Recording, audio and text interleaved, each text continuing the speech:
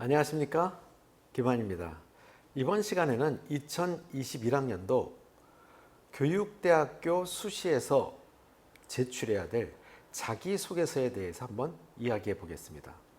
보통 우리가 자기소개서라고 하면은 자기를 소개하는 글이라고 알고 있습니다. 자, 그런데 이 부분은 맞는 말이기는 한데 어떻게 자기를 소개할 것인가? 이것이 관건이겠죠. 자, 그런데 보통 우리가 대학 입학해서 자기소개서를 작성할 때는 이러이러하게 작성해야 된다라고 하는 이야기들이 많이 있습니다. 이 부분에서 여러분들이 잘못 인식하고 있는 부분에 대해서 한번 짚고 넘어가 보겠습니다. 화면에 나오는 거에 보면 세 가지를 제가 추려봤습니다. 첫 번째로 자기소개서의 첫 문장은 임팩트 있게 써야 한다. 그래야 입학사정관이 끝까지 읽는다 라는 이야기들을 많이 들어봤을 것입니다. 자, 좋은 얘기죠. 물론 자기소개서를 쓸 때 첫 문장이 굉장히 임팩트 있고 임팩트 있는 글로 인해 가지고 호기심을 갖게 한다는 것은 좋은 일입니다. 자, 그러나 자기소개서를 한 번이라도 써본 학생이라면 다 알 수 있을 것입니다. 첫 문장을 임팩트 있는 글을 쓰려고 한다면 쉽지 않을 거예요. 보통 이 한 문장을 쓰는데 3일, 4일 고민할 수도 있을 것입니다. 그런데 한 문장을 써놓은 다음에 그 다음이 더 문제죠. 그 문장과 걸맞은 문장을 그 다음부터 쓰기는 더 어려운 일입니다. 이 부분에서 우리가 고려해야 될 부분은 무엇이냐면 자기소개서는 자기를 소개하는 글로 입학사정감을 공감시킬 수 있는 글을 진솔되게 쓰면 되는 것이지 굳이 첫 문장을 임팩트 있게 쓰려고 노력할 필요가 없다는 것입니다. 왜냐하면 입학사정관 분들은 자기소개서를 어떻게 작성했든지 간에 처음부터 끝까지 꼼꼼하게 읽어보십니다. 그렇기 때문에 여러분들이 공감할 수 있는 글을 쓰는 것이 중요한 것이지 글을 임팩트 있게 쓰려고 하는 것이 중요한 것이 아니라는 것을 꼭 염두에 두시기 바랍니다. 두 번째로는 자기소개서는 창의적이고 독특하게 써야 된다. 그래야 남들과 차별화된 글이 된다는 것입니다. 여러분들 한번 생각해 보세요. 자기소개서에서의 문항이 몇 년 동안 쓴 것인지 또 고등학교에서 우리가 배우고 있는 과목이나 활동하는 것들이 차별화된 것들이 있는지 다 비슷합니다. 그렇기 때문에 굳이 남들과 차별화되려고 노력하는 것을 생각하지 말고 내가 고등학교 때 어떻게 한 활동이 어떤 성장을 일으키게 했는지 자기의 경험을 바탕으로 진솔되게 쓴다면 이것이 바로 창의적인 글이 되는 것입니다. 자, 다시 한번 말씀드리자면 굳이 창의적인 것을 만들려고 하지 말고 본인의 능력과 소양을 제대로 보여주어라. 그러면 그것이 남들과 차별된 글이 될 수 있다. 물론 글을 쓰는 과정에서 너무 추상적이게 글을 쓴다거나 남의 자기소개서를 보고 그대로 베껴서 쓴다거나 이렇게 하면 절대로 안 되겠죠. 가장 중요한 것은 본인이 스스로 자신의 경험을 토대로 글을 써야 된다는 것입니다. 자, 세 번째로는 서론, 본론, 결론 3단형적으로 글을 쓰면 식상하니 피하라. 이런 얘기가 있죠. 그래야 남들과 차별된 글이 나올 수 있다라는 것인데요. 보통 이 부분에 있어서는 대부분 공감하지 않는 학생들이 많이 있을 것입니다. 왜냐하면은 대부분 어렸을 때부터 우리는 글을 서론, 본론, 결론 3단 구성으로 배워왔습니다. 그래서 이렇게 쓰는 것이 가장 편할 거예요. 우선 말씀드리면 자기소개서에는 형식이 없어요. 무형식이에요. 쓰고 싶은 대로 쓰면 돼요. 그런데 글을 쓴다고 했을 때는 형식이 없이 글을 쓰다 보면 무분별한 글이 될 수 있기 때문에 형식을 갖춰서 쓰려고 노력들을 하죠. 그렇기 때문에 여러분들은 본인이 쓰기 편한 3단 구성으로 잘 쓸 수 있다면 이것이 좋은 글입니다.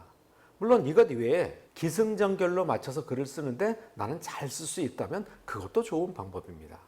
하지만 어떤 형식에 맞춰서 글을 쓰는 것은 뻔한 글이니 그렇게 하지 말아라 라는 거에 대해서는 신경 쓰지 않아도 된다는 것입니다. 자, 이렇게 세 가지 정도 잘못된 인식을 우리가 확인해 보았고요. 자, 그러면 그 다음번에는 자기소개서를 작성할 때 기본 조건이 무엇인지 이것만은 반드시 지켜야 된다는 것들이 있죠. 물론 우리가 대학교에 들어가서 자기소개서 양식을 보면 거기 부분에 어떤 부분이 있냐면 주의사항이라는 게 있어요. 뭐 자신이 누군지 나타내서는 안 된다. 학교가 나타내서는 안 된다. 그 다음에 뭐 외국어 성적을 써서는 안 된다. 이런 기본적인 것들은 당연한 것이고 그것 외에 또 우리가 확인해 봐야 될 것 한 3가지 정도를 생각해 봤어요. 첫 번째는 자기소개서는 생활기록부 기반으로 작성해. 당연한 얘기죠. 누구든지 다 생활기록부를 기반으로 작성하되 여기서 여러분들이 간과할 수 있는 것이 무엇이냐면요. 생활기록부의 활동란에 또는 봉사활동란에 또는 세부능력 특기사항란에 아주 자세하게 적혀 있는 부분들이 본인이 자랑할 만한 것들입니다. 근데 이걸 또다시 자기소개서에 자세하게 쓸 필요는 없다는 것입니다. 이 부분은 주의하시기 바랍니다. 자, 그래서 자기소개서를 작성할 때는 생활기록부에 있는 내용을 토대로 쓰되 자세하게 적혀 있는 것보다는 덜 자세하게 적혀 있는 것을 자기소개서에 자세하게 옮겨 적는 것이 중요한 것이죠.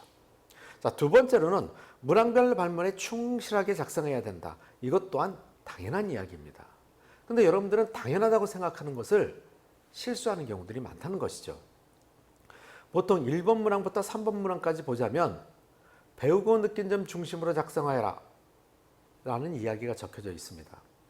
자, 그런데 이때 여러분들이 배우고 느낀 점 중심으로 작성을 했는지 아니면 내가 하고 싶은 얘기를 다 쓴 다음에 배우고 느낀 점을 한 줄 띡 써놓는 것인지 한번 잘 생각해 보세요. 자, 이런 부분도 실수하면 안 된다는 것이고요. 자, 세 번째, 스토리텔링을 이용하되 구체적으로 작성해야 된다. 진솔된 부분의 경험이 중요하다는 것입니다. 스토리텔링을 해야 글이 좀 재미있게 될 수 있겠죠. 여기서 말하는 스토리텔링이라고 하는 것은 이야기를 꾸며대라는 것이 아닙니다. 본인의 경험을 이야기하되 스토리 전개에 맞춰서 하면 더 좋다 그런 얘기죠. 그런데 학생들이 스토리텔링을 해서 글을 쓰다 보면은 대부분 추상적인 표현을 상당히 많이 씁니다. 저는 이러한 부분에 대해서 이렇게 했습니다 라고 해놓고 그 이러한 것이 무엇인지를 표현 안 하는 경우들이 있죠. 자, 이 부분에 대해서는 구체적으로 표현하는 것이 중요하다라는 부분. 이 3가지 정도는 기본적인 조건을 갖춰야 된다는 것이죠. 물론 이것 외에 여러 가지 또 중요한 사항들이 있습니다. 그것은 본 강의에서 여러분들이 한번 확인해 보시기 바랍니다. 자, 그 다음에 문항별로 중요한 방향성, 핵심 방향성만 간단하게 잡고 넘어가겠습니다. 이번 시간에는 본 강의가 아니기 때문에 방향성을 어떻게 잡아야 될지에 대해서만 핵심적인 부분들만 체크를 하고 본 강의에서 아주 자세한 부분을 이야기하도록 하겠습니다. 자, 보통 보면은 1번 문항에서 보면은 발문에 충실하여라 라고 했을 때 학업에 기울인 노력과 경험을 대해서 배우고 느낀 점 중심으로 쓰라고 그랬습니다. 자, 그렇다고 한다면 그 빨간 글씨를 여러분들 한번 확인해 보세요. 이 문항을 작성하기 전에 나는 학업을 위해서 어떤 노력을 했는가 한번 생각해 보고요. 두 번째, 학업에 관련된 어떤 경험을 했는가도 생각해 보고요.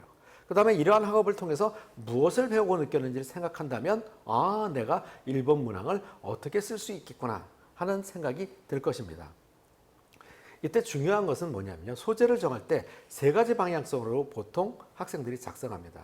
첫 번째는 가장 학생들이 많이 쓰는 특정 과목에 관련된 극복 사례기. 보통 수학 과목을 쓴다고 가정한다면 저는 수학 공부를 할 때 보통 문제풀이 위주로 작성을 했습니다. 그런데 개념 위주의 공부를 하다 보니까 성적이 향상되게 됐습니다. 이런 핵심 내용이 들어간 건데 이런 것들은 어떻게 보면 좀 식상하죠. 이렇게 쓰는 것은 아니고요. 중요한 부분은 특정 과목의 극복 사례기 또는 나만의 학습 방법을 가지고 토대로 쓰는 것이 두 번째. 세 번째는 요즘에 보통 좀 남들과 차별화되게 쓰기 위해서 활동 중심으로 글을 쓰는 학생들이 많이 있습니다. 또 이렇게 지도하는 선생님들도 많이 계시고요. 좋은 일이기는 한데요.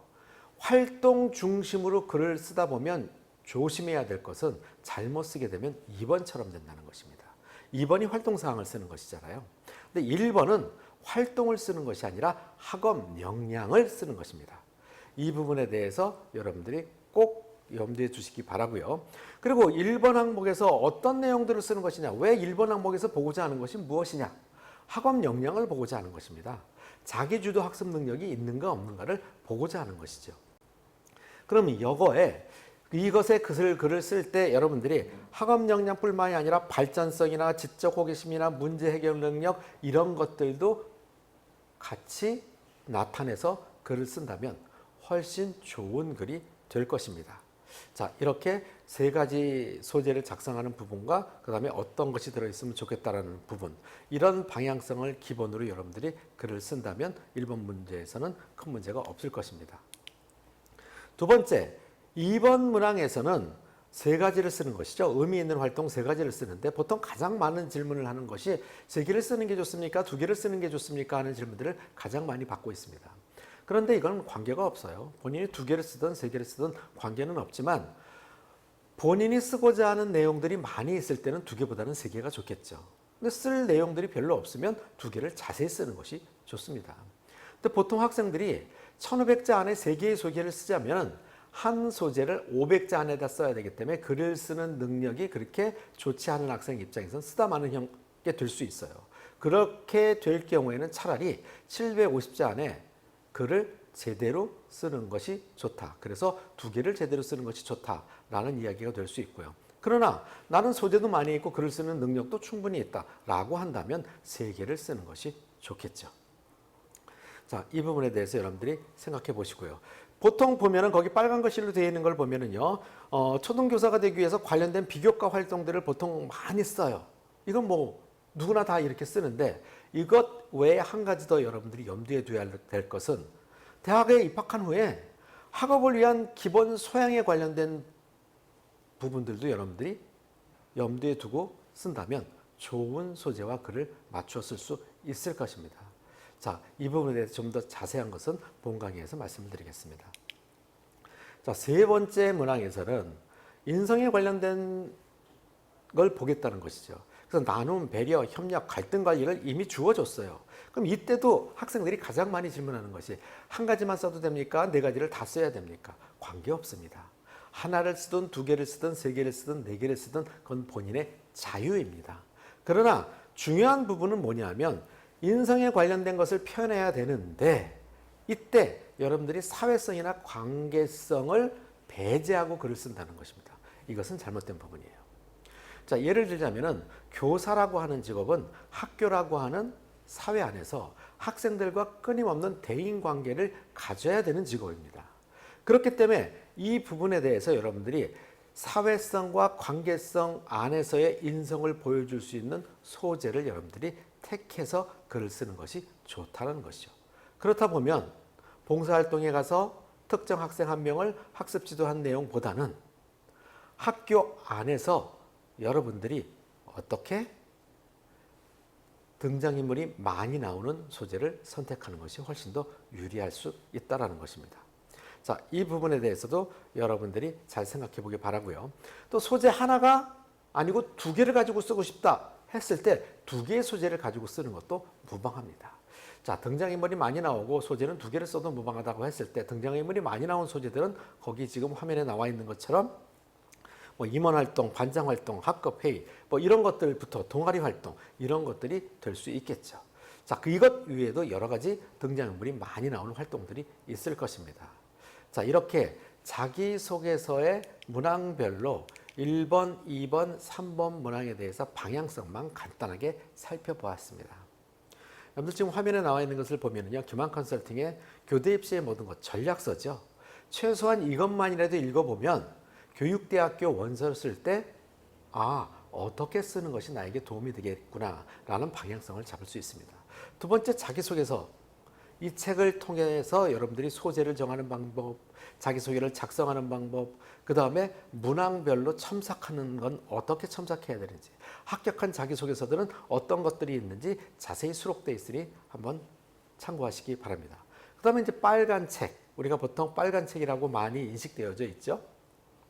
자, 교육대학교 면접, 또 교육사범대학교 면접에 대해서 면접에 합격하는 방법부터 시작해서 또 합격한 학생들이 답변한 기출문제들 이런 것들이 상세하게 나와 있고 특히 시사 이슈에 관련된 교육 이슈에 관련된 150개의 키워드와 그 다음에 50권의 필독서, 면접을 보는데 필요한 읽어보면 좋은 책들, 거기에 간략한 요약본과 내용들이 수록되어 있으니 참고해서 한번 여러분들이 열심히 공부하시기 바랍니다. 여러분 감사합니다.